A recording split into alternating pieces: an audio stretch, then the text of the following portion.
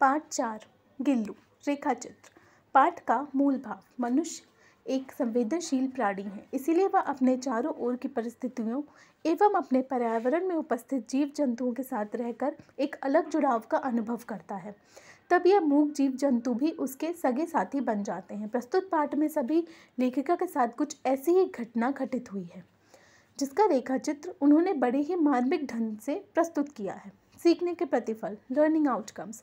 चारों कौशलों का विकास होना, जीव जंतुओं के प्रति संवेदना के महत्व के बारे में जानना, मौखिक बहुविकल्पीय लिखित भाषा ज्ञान एवं मूल पारक प्रश्नों के उत्तर देना, दिए गए कथनों का आशय समझना।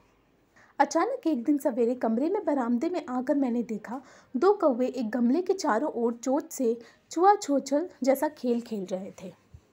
निकट जाकर देखा कि लहरी का एक छोटा सा बच्चा जो संभवत घोंसले से गिर पड़ा है, और अब कौवे जिसे सुलभ आहार खोज रहे थे। काकदेव की चोंचों के दो घाव उसे लघु प्राण के लिए बहुत थे। अंत वह निश्चेष्ट सा गमले से चिपटा पड़ा था। सबने कहा कौवे की चोंच का घाव लगने के बाद वह बच नहीं सकता, अंत इसे ऐसे ही रहने दिया जाए। परंतु मन नहीं माना। उसे हौले से उठाकर अपने कमरे में ले आई। फिर रुई से रक्त पोंछकर घाव पर पेनिसिलिन का मरहम लगाया। रुई की पतली पत्ती दूध में भिगोकर जैसे तैसे उसके नन्हे से मुंह में लगाई, पर मुंह खुल ना सका और दूध की बूंद दोनों ओर लुढ़क गई। कई घंटों के उपचार के उपरांत उसके मुंह में एक बूंद पानी टपकाया जा सका। तीसरे दिन वह इतना अच्छा और आश्वस्त हो गया कि मेरी उंगली अपने दो नन्हे पंजों से पकड़कर नीले कांच के मोतियों जैसी आंखों से इधर उधर देखने लगा। 3-4 मास से उसके स्कंध रोएं, धब्बेदार पूंछ और चंचल चमकीली आंखें सबको विस्मित करने लगी। हमने उसको जातिवाचक संज्ञा से व्यक्तिवाचक संज्ञा का रूप दे दिया और इस प्रकार हम उसे गिल्लू कहकर बुलाने लगे। मैंने फूल रखने की एक हल्की डलिया में रुई बिछाकर उसके तार से खिड़की पर लटका दिया।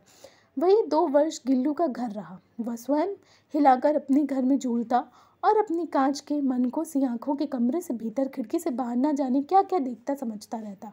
परंतु उसकी समझदारी और कार्यकल्प पर सबको आश्चर्य होता था। जब मैं लिखने बैठती तब अपनी ओर मेरा ध्यान आकर्षित करने के लिए उसे इतनी तीव्र इच्छा होती कि उसे एक अच्छा उपाय खोज निकाला था। वह मेरे पैर तक आकर सर से पर्दे पर चढ़ जाता और फिर उसी तेजी से उतरता। उसका यह दौड़ने का क्रम तब तक चलता रहता जब तक मैं उसे पकड़ने के लिए न उठती।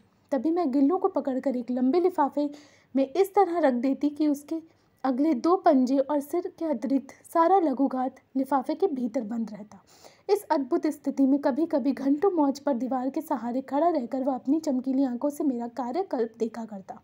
भूख लगने पर चिक चिक करके मानो वह मुझे सूचना देता और काजू या बिस्किट मिल जाने पर उसी परिस्थिति में लिफाफे से बाहर वाले पंजों से पकड़कर उसे कुतरता रहता। फिर गिल्लू के जीवन का प्रथम वसंत आया। नीम चमेली की गंध मेरे कमरे में हौले हौले आने लगी। बाहर की गिलहरियां खिड़की की जाली के पास आकर चिक चिक करके ना जाने क्या कहने लगी। गिल्लू को जाली के पास बैठकर अपनेपन से बाहर झांकते देखकर मुझे लगा कि मुझे इसे मुक्त करना आवश्यक है। मैंने कीले निकालकर जाली का एक कोना खोल दिया और इस मार्ग से गिल्लू ने बाहर जाने की सचमुच ही मुक्ति की सांस ली। इतने छोटे से जीव को घर में पाले कुत्ते बिल्लियों से बचाना भी एक समस्या ही थी। आवश्यक कागज पत्रों के कारण मेरे बाहर जाने पर कमरा बंद ही रहता था।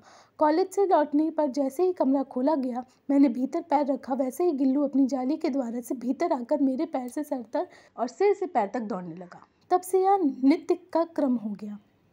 मेरे कमरे से बाहर जाने पर गिल्लू भी खिड़की की खुली जाली की राह से बाहर चला जाता और दिन भर गिलहरियों के झुंड का नेता बना हर डाल पर उछलता कूदता रहता और फिर ठीक 4 बजे वह खिड़की से भीतर आकर अपने झूले में झूलने लगता। मुझे चौंकने की इच्छा उसमें न जाने कब तक कैसे उत्पन्न हो गई। कभी फूलदान के फूलों में छिप जाता, कभी पर्दों की चुन्नट में और कभी सोन जूही की पत्तियों में। मेरे पास बहुत से पशु पक्षी हैं, उनका मुझसे लगाव भी कम नहीं, परंतु उसमें से किसी का मेरे साथ मेरी थैली में खाना खाने की हिम्मत भी नहीं हुई। ऐसा मुझे स्मरण नहीं आया। गिल्लू उसमें अपवद था। मैं जैसे ही खाने के कमरे में पहुंचती, वह खिड़की से निकलकर आंगन के दीवार पर बरामदा पार करके मेज पर पहुंच जाता और मेरी थाली में बैठ जाना चाहता था। बड़ी कठिनाई से मैंने उसे थाली के पास बैठना सिखाया, जहां बैठकर वह मेरी थाली में से एक एक चावल उठाकर बड़ी सफाई से खाता रहता।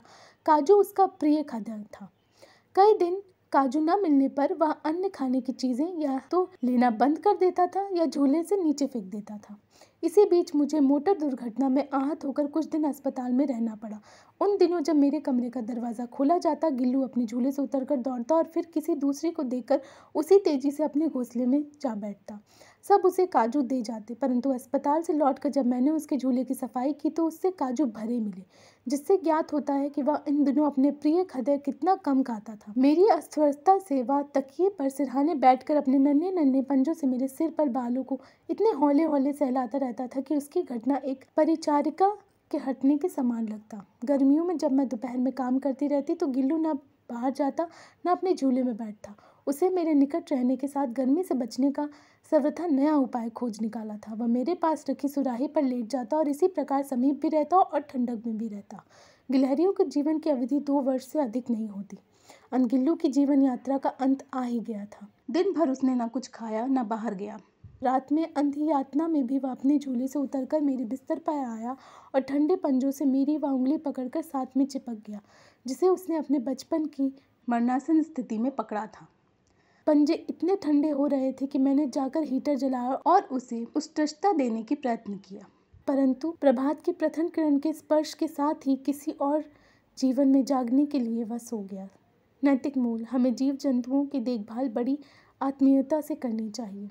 शब्दार्थ का ज्ञान: अचानक, एकाएक, सुलभ, आसानी से प्राप्त, आहार, भोजन, निश्चेष्टा सा, निर्जीव सा, उपचार, इलाज, स्कंद, चिकना, विस्मित, हैरान, अचंभित, मनकोसी, चमकीले, सरसी, तेजी से, लघु घात, छोटा सा शरीर, हौले हौले, धीरे धीरे, परिचारिका, सेविका, यातना, कष्ट, मरण सन, जिसकी मृत्यु समीप हो, उष्णता, गर्मी, प्रभात, सवेरा, सुबह का समय।